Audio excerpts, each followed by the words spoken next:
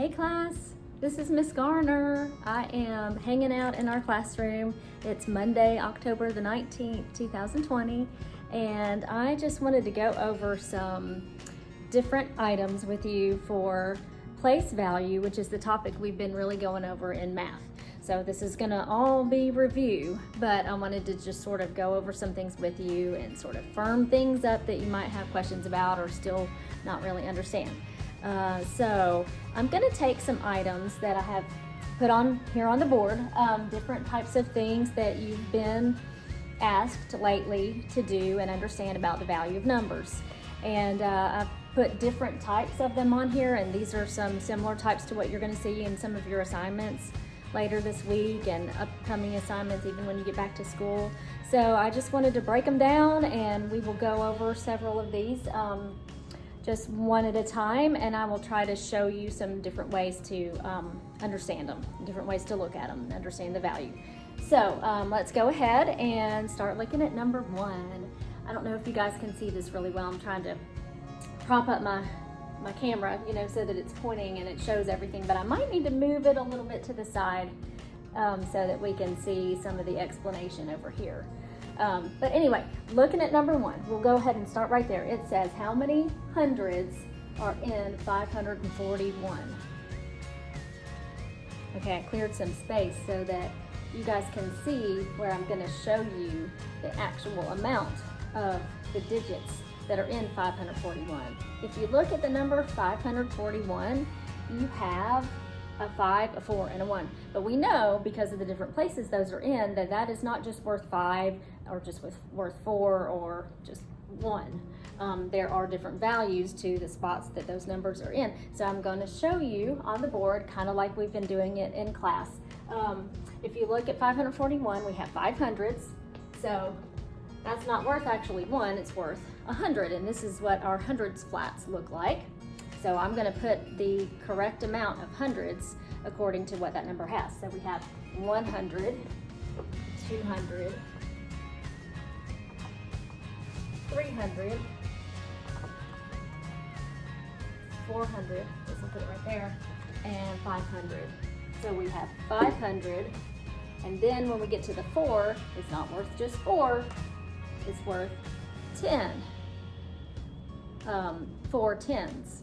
So each one of these has 10 units in it that represents that even though there's just one of these, it's actually worth 10.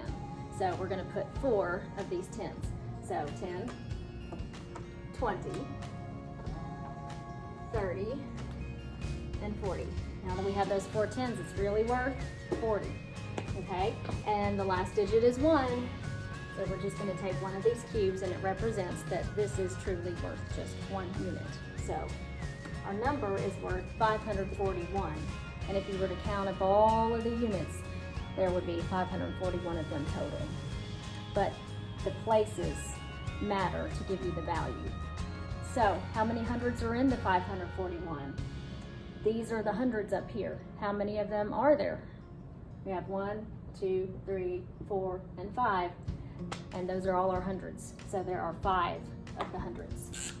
So we're going to say 5. Right here. Okay, I'm going to pan over and show. Next one is how many 10s in 742 for number 2. So we have to figure out how many 10s there are. We'll move all these back. And we have, well, we've already got 500s here, so let's add and make them 7. 1, 2, 3, 4, 5, 6, and 7. Okay, so that gives us our 700s. And it said we have 4 10s again. 1, 2, 3, 4, and 2 1s. And what the question is asking is for us to tell how many actual 10s there are. So it's not counting the hundreds, it's not asking about the 1s, it's asking about these, which are the 10s. So how many 10s did we have in 742? There would be 4. 4 10s in 742. So that would be the way we answer that type of question. All right, number 3 says, what is the value of the 3 in 238? All right, So we have to think about what place the 3 is in. Okay, so I'm going to take all these back. Right now, I just want to talk about just that place, now that we see how this works. So let's talk about the number 238. This is the ones place, this is the tens, and this is the hundreds. So if we were looking at the tens, we're talking about this value, a value where we are counting by tens. So I'm going to grab my tens, and if I have 238, it's 10, 20, and 30. We're counting those by tens, so how many did there end up being? There are 3. So we know how to find it. When we look at the number, we know, if it's the tens place, we can just sort of look at it and see, okay, that's, 3 tens, because I see where the tens place is. But I just want to make sure that you guys understand that these are what its value is, or what its value would be.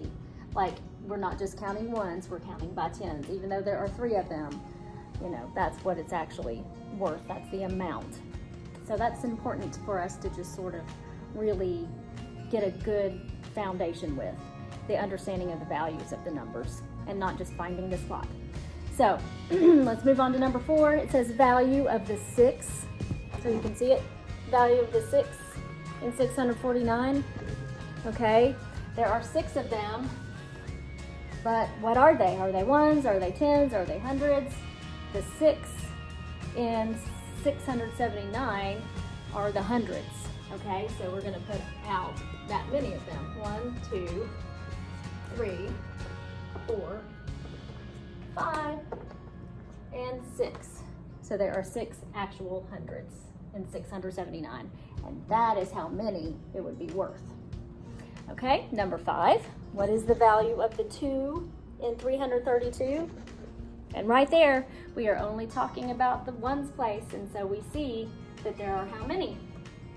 1 and 2, and that is all it totals up to be in actual units. 2 ones. Okay, bring these back.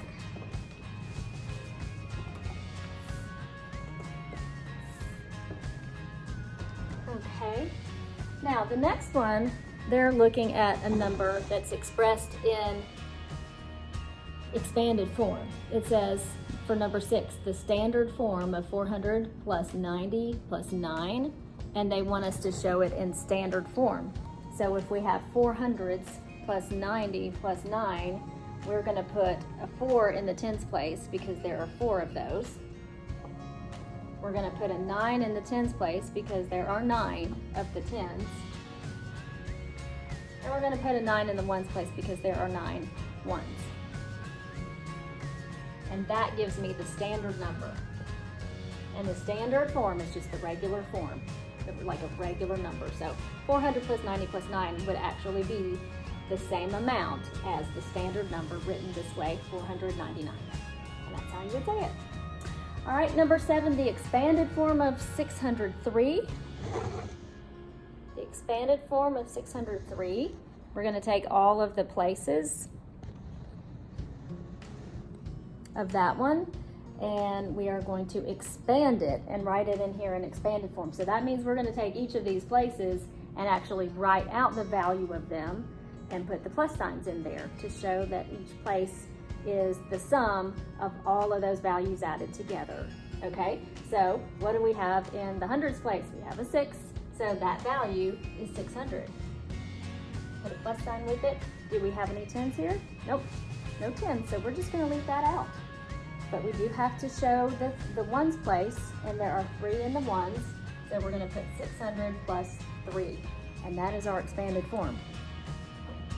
I'm going to try to scoot this up here so we can see better the last couple. Hopefully, I don't know if I can prop it to make it show all of them. Sorry guys. Okay, hopefully that won't fall over.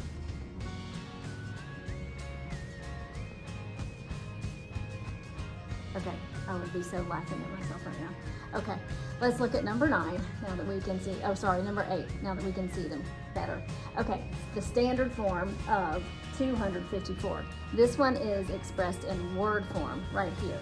So in word form, we just have to read it. And if we're gonna write it in standard form, that means we're gonna show the actual standard number after we read the value, and this is the written value.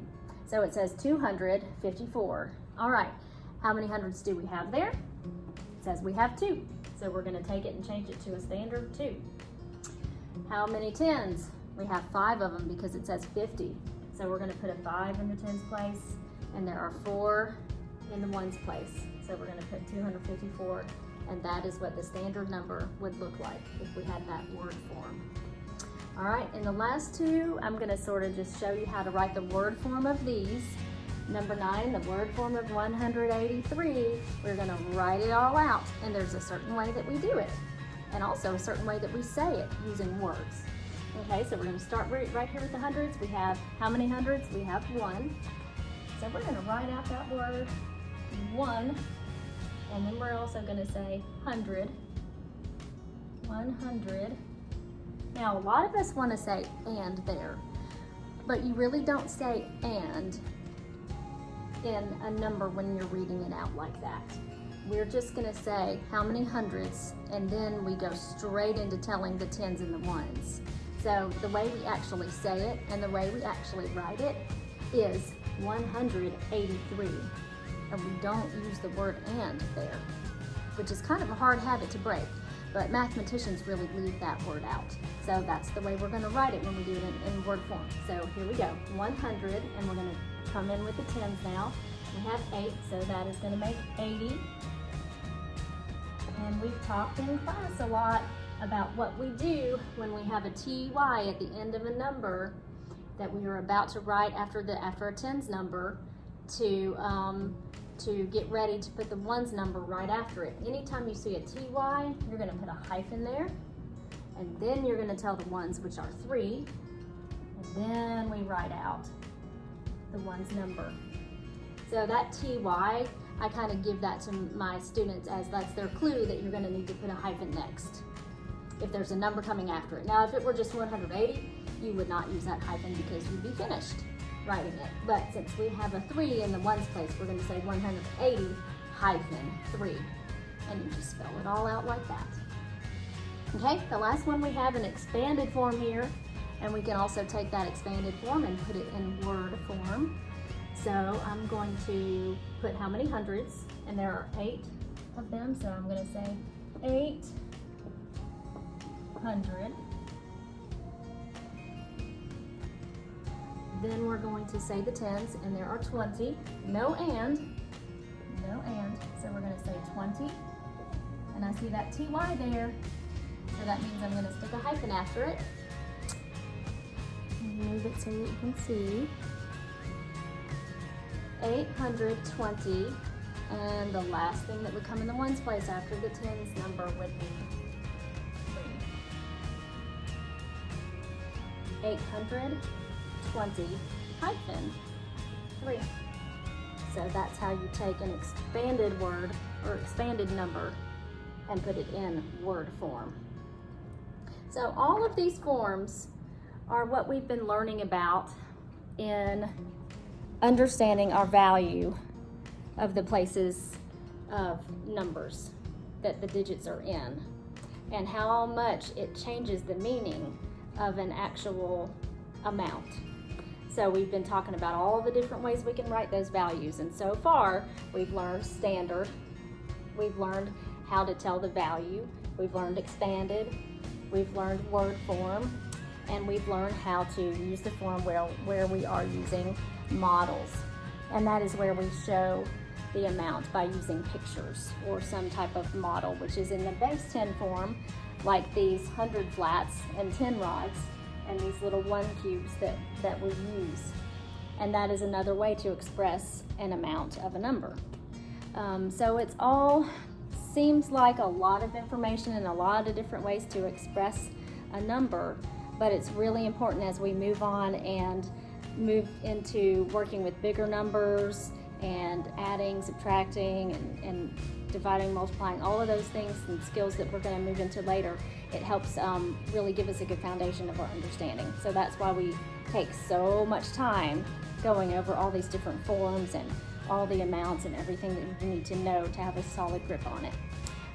So that is the end of the lesson that we're going to be showing today and learning about today. If you have any other questions of how these work or any issues with what you're going over this week as you do your assignments, just don't hesitate to shoot me an email or let me know. Hope you're doing well, and I hope you're having a happy Monday. See you soon.